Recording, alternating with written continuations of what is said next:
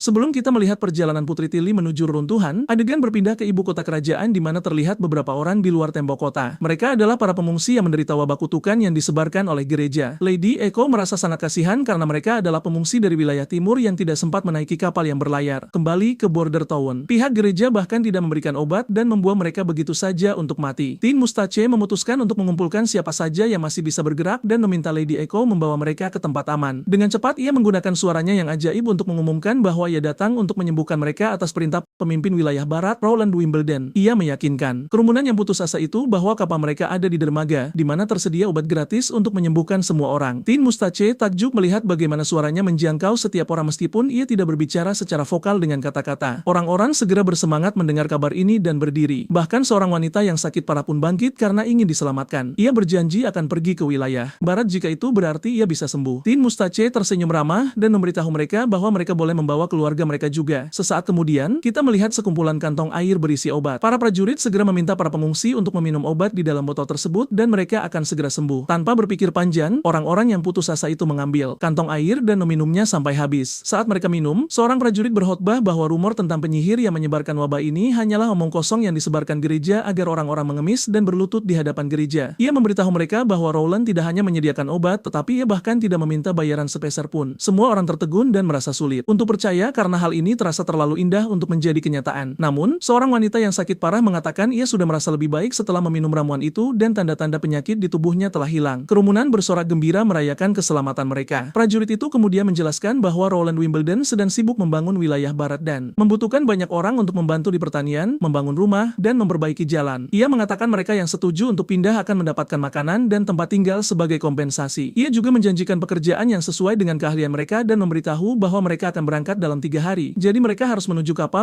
jika ingin pergi ke wilayah barat. Kerumunan kembali bersorak dan dengan antusias mengatakan mereka siap bekerja untuk Pangeran Roland. Tin Mustache senang semuanya berjalan lancar dan yang lebih mengejutkan adalah Margaret juga membantu dengan menyediakan kapal. Jujur saja, saya penasaran mengapa dia setuju untuk membantu dan apa yang ditawarkan oleh anak muda kita sehingga pedagang serakah seperti dia mau mengulurkan bantuan. Tin Mustache kemudian bertanya tentang tong-tong anggur yang tersebar di sekitar. Theo menjelaskan bahwa tong itu digunakan untuk menyimpan air murni milik Nona Lily. Ini cara termudah untuk memasukkan air ke dalam kota karena tembok dijaga ketat untuk mencegah kerusuhan massal oleh pengungsi. Ia membusungkan dada dan dengan bangga mengungkapkan bahwa mereka menggunakan pintu samping ibu kota yang masih terbuka untuk pedagang, berkat hubungan yang ia miliki dengan penjaga di ibu kota kerajaan. Saat itu juga, 2 prajurit muncul dan Kapten Brian segera bertanya ada apa. Penjaga melapor bahwa Nona Lightning yang sedang bertugas pengintaian mengatakan ada seseorang yang melarikan diri dari kapal dan kemungkinan dia adalah mata-mata yang menyamar. Ya, sepertinya pelarian mata-mata malang ini tidak berjalan lancar dan sekarang dia sedang diinterogasi oleh Kapten Iron Axe tentang siapa dia dan siapa yang mengirimnya. Pria itu dengan cepat mengungkapkan bahwa dia bukan musuh mereka. Dia segera memperkenalkan diri sebagai Hill Fox dan mengklaim Theo tahu siapa dia. Ya, sepertinya ini orang yang sama yang ditemui Theo sebelumnya dan saat itu, dia diperkenalkan sebagai penjudi yang kehilangan segalanya karena judi. Tepat pada waktunya, Theo muncul dan memberitahu Iron Axe bahwa Fox adalah mata-mata baru yang seharusnya menyebarkan informasi. Theo tidak menyangka dia akan menyusup ke tengah masa dan berisiko terinfeksi, jadi mereka penasaran mengapa dia mempertaruhkan nyawanya demi intel. Fox dengan cepat mengaku bahwa dia sudah tahu semua orang di sini bekerja untuk Roland Wimbledon, bukan Timothy. Saat itulah Theo memutuskan mungkin lebih baik menyingkirkan orang ini karena dia tahu terlalu banyak dan bisa mengancam rencana mereka. Namun, Fox dengan cepat bersikeras bahwa dia juga bersedia bekerja dengan Roland. Iron Axe tidak mempercayainya. Dia jelas tidak ingin mempercayai mata-mata yang bekerja untuk Timothy, tetapi Fox dengan cepat meningkatkan taruhan dengan menyatakan bahwa dia sebenarnya adalah musuh Timothy. Tiba-tiba, botol kecil jatuh dari saku Fox dan Theo cukup terkejut mendengar bahwa dia sebenarnya musuh Timothy. Theo membungkuk untuk mengambil botol yang mencurigakan itu dan Fox dengan cepat mengklaim itu adalah obat suci gereja yang dia beli dari pasar gelap dengan harga tinggi. Dia kemudian dengan cepat menyatakan keinginannya untuk bergabung dengan kru Roland karena dia juga ingin Timothy dihancurkan. Tin Mustache bertanya pada Theo apa pendapatnya tentang situasi ini. Theo menjelaskan bahwa jika dia tidak yakin apa yang benar atau tidak, dia biasanya memilih langkah teraman yang berarti memutuskan untuk membunuh Fox. Tepat pada saat itu, Nick Tingale bergabung dan meminta Theo untuk membiarkannya mencari tahu apakah Fox berbohong atau tidak karena dia adalah pendeteksi kebohongan yang hidup. Dalam beberapa saat, Fox mengungkapkan segalanya dari awal. Dia mengklarifikasi bahwa dia tidak bangkrut karena judi maupun istrinya tidak berselingkuh darinya. Itu hanyalah cerita karangan. Faktanya, dia dulu adalah bagian dari Pigeon Head, kelompok sirkus yang tampil di distrik dalam ibu kota. Kelompok itu tidak terlalu besar, tetapi mereka adalah tim yang kompak dan Fox bertemu istrinya saat itu. Setelah mereka menikah, rumah, mereka menabung cukup uang untuk membeli rumah di ibu kota. Tapi segalanya hancur ketika Timothy memulai perburuan penyihir. Di bawah pemerintahannya yang kejam, patroli menjadi gila mencari tersangka dan istri Fox ditangkap atas tuduhan palsu sebagai penyihir. Kemudian, Fox pikir dia bisa menyuap sipir penjara untuk membebaskan istrinya atau setidaknya mendapat kesempatan untuk melihatnya, tetapi bajingan serakah itu hanya mengambil uangnya dan tetap tidak mengizinkannya melihat istrinya. Mereka berjanji dia bisa menjemputnya nanti, tetapi ketika dia akhirnya mendapat panggilan, istrinya sudah menjadi mayat yang hancur. Sejak saat itu, Fox bersumpah akan mendapatkan keadilan untuk istrinya. Tapi pelaku kematiannya hanya dihukum 10 cambukan dan semua yang didapat Fox hanyalah 3 emas kerajaan sebagai kompensasi atas kehilangan istrinya. Jika itu bukan menambah garam di atas luka, saya tidak tahu apalagi namanya. Jadi, satu-satunya tujuan hidup Fox menjadi balas dendam pada Timothy. Dia menggalang dukungan dari teman-temannya di kelompok sirkus dan karena mereka tidak terlatih untuk bertempur, mereka menggunakan keahlian mereka untuk menyusup ke berbagai organisasi bawah tanah. Mereka mengumpulkan informasi tentang Timothy dan menyebarkannya kepada musuh-musuhnya. Sambil melakukan ini, dia juga bertemu Theo dan terus mengawasinya, yang seharusnya bekerja untuk Timothy untuk menyingkirkan pengungsi dari kota. Tapi Fox akhirnya menemukan bahwa Theo sebenarnya bekerja untuk Roland. Jadi disinilah dia masih terikat di kursi, bersikeras bahwa dia ingin bergabung dengan Roland jika itu berarti bisa menjatuhkan Timothy. Dia siap membocorkan semua detail menarik yang dia miliki tentang Timothy untuk mewujudkannya. Setelah pria itu selesai bicara, Theo menoleh ke Nick Tignale dan memintanya untuk menangani masalah itu. Dia dengan cepat meyakinkannya bahwa Fox berkata jujur dan tidak ada ketidakjujuran dalam apa yang dia katakan. Namun, dia tidak yakin apakah dia akan benar-benar berguna bagi mereka. Sementara Theo masih memutuskan apakah akan mempertahankan Fox. Fox takjub melihat bagaimana Pangeran Roland membiarkan penyihir hidup dan menyelamatkan begitu banyak pengungsi. Dia bertanya-tanya jika Timothy berhati baik, istrinya mungkin masih hidup. Nick Tignale tersenyum melihat bahwa Fox tidak terganggu oleh perilaku tidak biasa Roland. Jadi pada akhirnya, mereka memutuskan untuk membiarkannya bergabung dan segera melepaskan ikatan tangannya. Theo menyuruhnya untuk tetap bersamanya dan membantu di sekitar kota untuk saat ini. Theo kembali ke hotel yang sama tempat dia bertemu Black Hammer lagi. Pria besar itu senang obatnya berhasil, mengatakan bahwa tanpa obat itu, kedua orang bodoh yang dia pegang ini pasti sudah mati sekarang. Gadis kecil itu berterima kasih pada Theo karena menyembuhkan wabah itu, bertanya-tanya apakah dia bekerja dengan gereja. Theo menyembunyikan identitasnya dan mengklaim bahwa obat itu berasal dari petinggi kerajaan dan gereja hanya mengarang cerita tentang penyihir yang menyebabkan wabah. Jadi dia ingin bantuan semua orang di sini untuk menyembuhkan semua rakyat jelata. Black Hammer bersemangat mendengar ini dan bertanya apakah klien Theo benar-benar membiarkan mereka menjual obat tersebut. Theo mengonfirmasi hal itu dan menjelaskan bahwa kliennya sangat marah pada gereja karena menipu publik. Dia khawatir jika gereja terus menyebarkan propaganda dan memihak semua rakyat jelata, mereka akhirnya akan menguasai seluruh kerajaan. Itulah sebabnya klien Theo, yang tentu saja adalah Roland kita, ingin menyembuhkan semua rakyat jelata di kota. Theo melempar kantong air berisi air murni lili dan memberitahu mereka bahwa mereka bisa menjualnya seharga 10 perak dengan 40% bagian untuk mereka. Orang-orang itu bersemangat dengan prospek mendapatkan uang cepat. Theo menjelaskan bahwa dia menyelundupkan hampir 5-6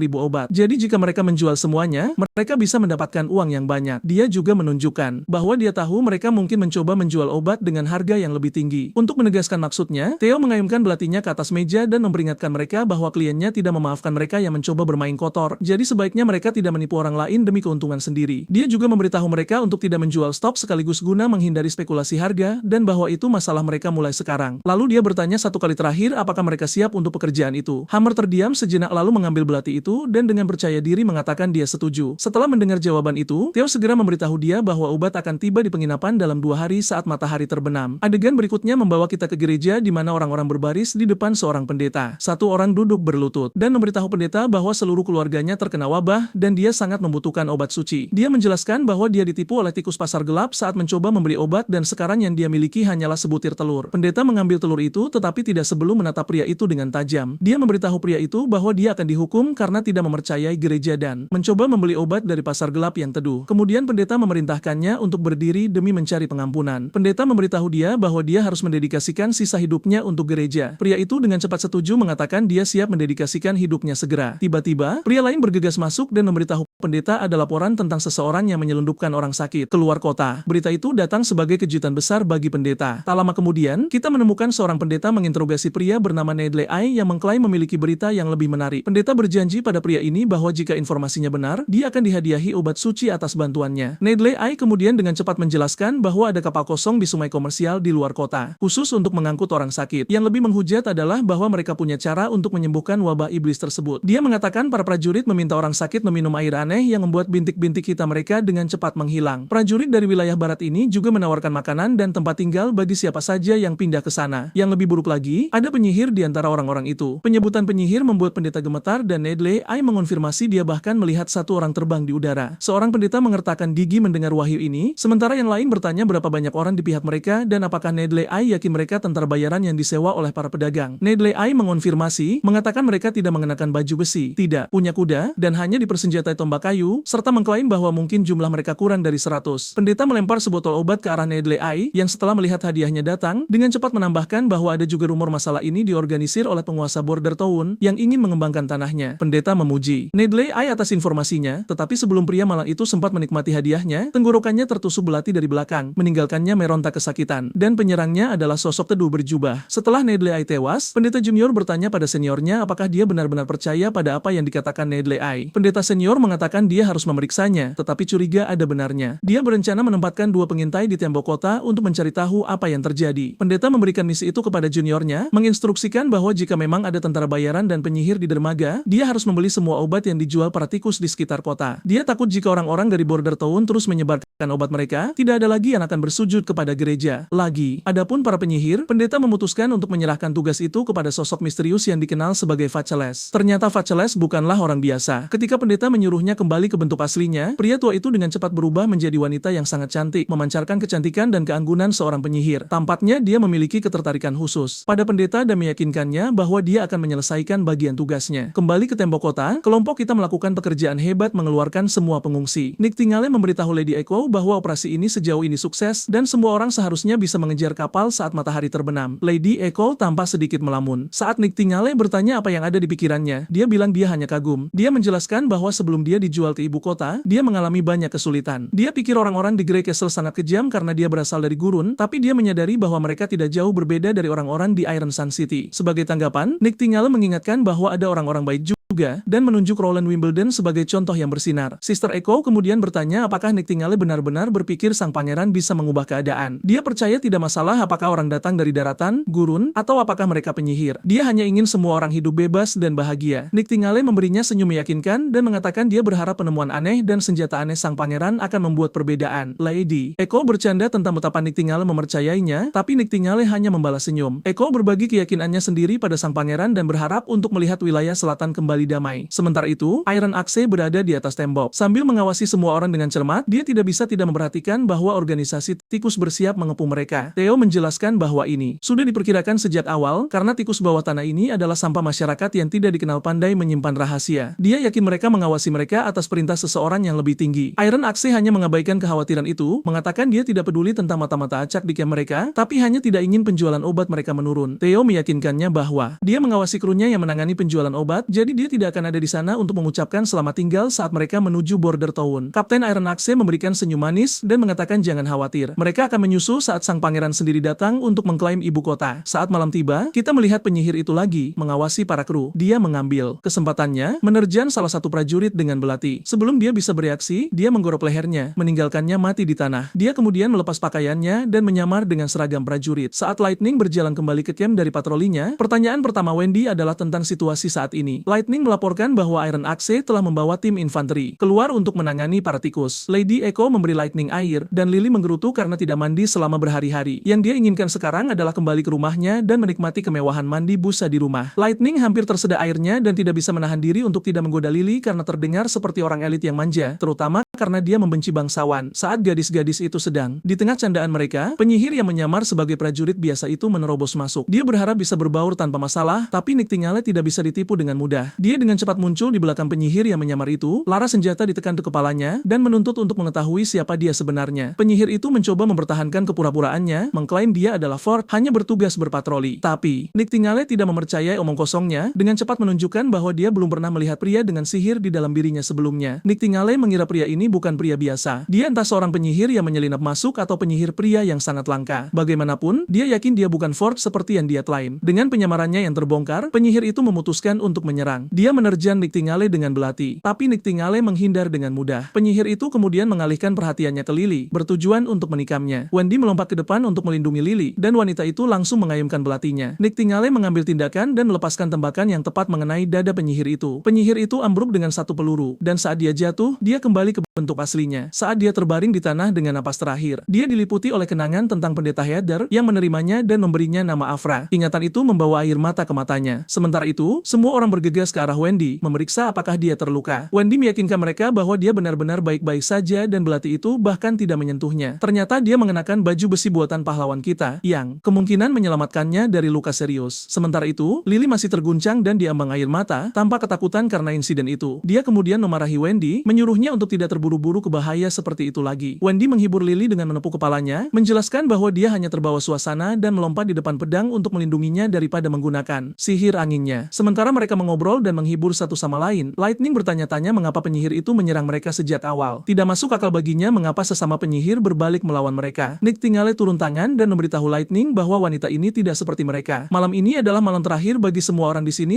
sebelum menuju ke Border Town, dan nanti malam itu, para tikus mencoba meluncurkan serangan mendadak besar-besaran. Itu sudah diantisipasi, dan pada akhirnya, tentara pertama kita kehilangan 1 prajurit tewas dan 4 terluka. Senapan musket terus menembak, dan pertempuran berakhir tanpa pertempuran jarak dekat. Para tikus berpencar ke dalam malam, dan dengan perjalanan kelompok kita yang dijadwalkan keesokan paginya, tidak perlu mengejar mereka. 4 prajurit yang terluka menerima pertolongan pertama dari Lily, dan pendarahan mereka dihentikan. Mereka juga menemukan prajurit yang tewas di tangan penyihir di lapangan. Dia adalah prajurit yang tewas jauh dari rumah, jadi dia diberi pemakaman yang hormat dan semua orang mengungkapkan rasa hormat dan duka yang mendalam. Karena kehilangan 1 orang itu, pertempuran debut tentara pertama di tanah asing tidak sukses tetapi juga tidak gagal. Dengan hati yang berat, semua orang bersiap untuk perjalanan mereka. Kembali di laut, Lady Tilly akhirnya memulai perjalanannya dengan pengembara ini. Pria pira itu menjelaskan bahwa ada pulau yang tak terhitung jumlahnya di Teluk dan tidak ada yang sedekat ini dengan perbatasan mereka sebelumnya. Semakin jauh ke timur mereka pergi, semakin aneh cuacanya dan pulau-pulau tetap sama, jadi dia tidak yakin seberapa aneh mereka jadinya. Putri Tilly bertanya apakah dia menyiratkan bahwa dia belum pernah ke sana sebelumnya, meskipun reputasinya sebagai penjelajah terkenal. Sedikit yang berani menyeberangi Pulau Inferno dan terus ke timur, dan pria pirang ini diduga salah satunya. Pria pirang itu menertawakannya, mengatakan itu hanya cerita karangan berlebihan yang dia dengar tentang dirinya berkali-kali sebelumnya. Sambil menyalakan cerutunya, penjelajah pirang itu menjelaskan bahwa jiwa-jiwa pemberani dari Teluk pergi ke timur setiap tahun. Sulit untuk menemukan sesuatu yang baru karena badai kekerasan dan kabut tiba-tiba yang membuat pelayaran sangat sulit. Sementara itu, Ash mengungkapkan dalam pikirannya bahwa penjelajah hebat ini hilang 2 tahun lalu. Banyak orang mengira dia meninggal dalam kecelakaan, tetapi dia sebenarnya berada di Pulau Slumber. Dia membuat peta laut dan berangkat untuk mencari reruntuhan lain. Lady Tilly telah memutuskan untuk bekerja dengannya untuk menjelajahi reruntuhan, dan sejak dia bekerja dengannya, pria ini tidak pernah berbicara tentang 2 tahun dia menghilang, dan Tilly juga tidak menyebutkannya, meskipun dia kemungkinan besar tahu tentang masa lalunya. Sementara itu, Tilly menjelaskan bahwa badai di sekitar sini sebenarnya cukup menakutkan. Petualang itu setuju, menambahkan bahwa para penyihir sangat luar biasa. Dia menyebutkan bahwa jika bukan karena penyihir bernama Molly, mereka mungkin sudah tamat. Tiba-tiba, pancing Molly tersangkut dan dia berseru bahwa ada ikan besar yang tersangkut di pancingnya. Petualang itu masih kagum dengan bagaimana Molly memanggil perisai besar kemarin untuk melindungi kapal mereka. Dia mencatat bahwa krunya telah berhenti membenci penyihir karenanya. Jadi, dengan cara tertentu, badai itu berubah menjadi berkah. Dia mengungkapkan bahwa dia selalu berpikir penyihir akan menjadi penjelajah terbaik di dunia. Tilly dengan senang hati menyatakan bahwa sudah ada 1 penyihir yang dikenal sebagai penjelajah terbesar. Petualang itu tampaknya setuju, dan sepertinya mereka mungkin berbicara tentang Lightning. Sementara itu, Molly memancing ikan lain, dan yang satu ini terlihat lebih besar dari yang terakhir. Pria yang berdiri di dekatnya benar-benar terpana dengan apa yang akan keluar dari air. Begitu Molly berbalik, monster laut aneh dengan ribuan gigi tajam menerjangnya, bertujuan untuk melahapnya dalam 1 tegukan. Tapi Ash cepat bertindak, menyelam dengan pedang raksasanya dan membelah monster itu menjadi 2. Dia menyuruh semua orang untuk mundur, lalu menyerbu ke depan dengan pedangnya, menebas sisa monster dengan kecepatan kilat dan membunuhnya dalam 1 serangan cepat. Setelah menangani monster laut, Ash memeriksa Molly untuk memastikan dia baik-baik saja. Molly meyakinkannya bahwa dia baik-baik saja. Ash kemudian beralih ke petualang itu, meminta tentang makhluk laut mengerikan tersebut. Sang petualang menjelaskan bahwa monster ini adalah iblis laut legendaris. Mereka terkenal karena sering menyamar menjadi ikan biasa hanya untuk menipu nelayan agar menarik mereka ke atas kapal. Ada mitos yang mengatakan bahwa jika mereka memakan manusia, mereka akan menumbuhkan tangan, tapi itu semua hanya omong kosong. Kenyataannya, mereka memang dikenal sebagai iblis. Mata Tilly membelalak kaget saat mendengar penyebutan iblis. Tepat saat itu, salah satu kru menyadari bahwa kabut mulai menyelimuti area tersebut. Pria itu, yang bernama Thunder, dengan cepat berteriak agar semua orang menurunkan layar karena mereka sedang memasuki perairan hantu. Kalau dipikir-pikir, ayah Lightning juga bernama Thunder, dan dia adalah seorang petualang seperti putrinya. Sepertinya kita akhirnya telah menemukan ayah Lightning. Lightning. Sementara itu, Thunder menjelaskan bahwa saat mereka semakin dekat dengan pulau hantu, jenis iblis yang baru saja mereka buru akan muncul dalam jumlah yang lebih besar. Kabut, bebatuan, dan makhluk lainnya membuat tempat ini terasa seperti medan perang hantu. Itulah sebabnya banyak penjelajah datang ke sini. Namun hanya sedikit yang berhasil menemukan pintu masuk ke reruntuhan. Untungnya, mereka tidak perlu mengkhawatirkan semua itu. Saat ini, karena hewan peliharaan Molly yang seperti Jelly memandu mereka dengan aman, Thunder sekali lagi kagum dengan bagaimana, tidak peduli betapa kacaunya wilayah tersebut, hewan peliharaan itu selalu memperingatkan mereka akan bahaya di depan. Ash kemudian bertanya apakah semua pulau ini berada di bawah air, dan Thunder membenarkannya, sama seperti pulau tidur. Namun, air pasang surut jauh lebih cepat di sini, sekitar 2 kali dalam sebulan, dan kecepatannya luar biasa. Seolah-olah ada lubang besar di dasar yang menyedot semua air di dekatnya. Thunder berpikir seluruh aktivitas gelombang teluk terkait dengan tempat ini. Jika beruntung, mereka mungkin bisa melihat pulau utama muncul dari air. Putri Tilly bertanya mengapa mereka tidak menunggu sampai air surut total, agar mereka tidak perlu khawatir menabrak bebatuan saat berlayar. Thunder menjawab bahwa mereka tidak bisa menunggu karena saat air surut, mereka tidak akan bisa melihat sungai spektrum merah yang merupakan satu-satunya jalan menuju reruntuhan. Dia menunjuk ke arah rona merahan di air, dan para wanita pun penasaran. Thunder menjelaskan bahwa itu adalah ikan sisi kardinal yang unik di kepulauan hantu, dan mereka akan segera melihat kemegahan sungai spektrum merah. Putri Tilly berseri-seri saat melihat kawanan ikan besar. Dia akhirnya mengerti. Sungai spektrum merah bukanlah sungai sungguhan, melainkan sekumpulan ikan sisi kardinal yang berenang bersama. Hal itu membuatnya tampak seperti ada sungai merah di bawahnya. Tilly bertanya mengapa hal ini terjadi. Thunder menjelaskan bahwa itu karena pulau utamanya. Rupanya, pulau itu berbentuk piramida dengan ruang kosong yang besar di dalamnya. Ikan-ikan itu bertelur di sana, dan ketika air surut dan pulau mulai terlihat, ikan-ikan itu merasakan perubahan, menjadi gila, dan bergegas keluar. Selama mereka mengikuti sungai spektrum merah, mereka akan sampai ke tujuan. Setelah berlayar mengikuti sungai merah untuk beberapa saat, pulau hantu yang megah akhirnya terlihat, membuat semua orang terpesona. Salah satu kru dengan cepat mengikat perahu ke batu besar. Saat semua orang melompat keluar, Putri Tilly bertanya apakah dialah yang memasang tiang untuk parkir kapal. Thunder menjelaskan bahwa tiang-tiang itu sudah ada di sana saat dia pertama kali menemukan tempat ini, dan kemungkinan besar dipasang oleh siapapun yang membangun reruntuhan tersebut. Lady Ash kemudian bertanya di mana reruntuhannya, dan Thunder mengatakan reruntuhan itu berada tepat di atas mereka, jadi mereka harus naik ke atas untuk mencapainya. Saat mereka berjalan melewati tempat yang menyeramkan itu, Thunder memperingatkan semua orang bahwa ada jebakan yang ditujukan untuk menghalangi penjara. Namun, karena jebakan itu sudah terendam begitu lama, dia menduga jebakan itu mungkin tidak berfungsi lagi. Masalahnya hanyalah mereka memiliki pendakian panjang di depan, jadi mereka harus berhati-hati agar tidak kehabisan tenaga. Putri Tilly tampak cukup ketakutan dengan jalan setapak yang mencekam. Sepertinya Tilly tidak menyukai kegelapan, tetapi untungnya, Lady Ash selalu mendukungnya dan siap memandunya melewati bayang-bayang sekali lagi. Setelah melewati jalan setapak yang sempit, mereka akhirnya mencapai sebuah pintu. Saat mereka membukanya dan melangkah masuk, mereka melihat perpustakaan dari dalam. Saat Tilly mulai menjelajah, Ash dengan cepat menyuruhnya berhenti, memperingatkan bahwa itu mungkin berbahaya. Namun, Thunder menenangkan mereka, mengatakan bahwa mereka tidak perlu khawatir karena dia dan timnya sudah menjelajahi tempat ini sebelumnya. Dia menunjukkan bahwa tidak banyak yang tersisa di sini selain beberapa meja dan kursi batu,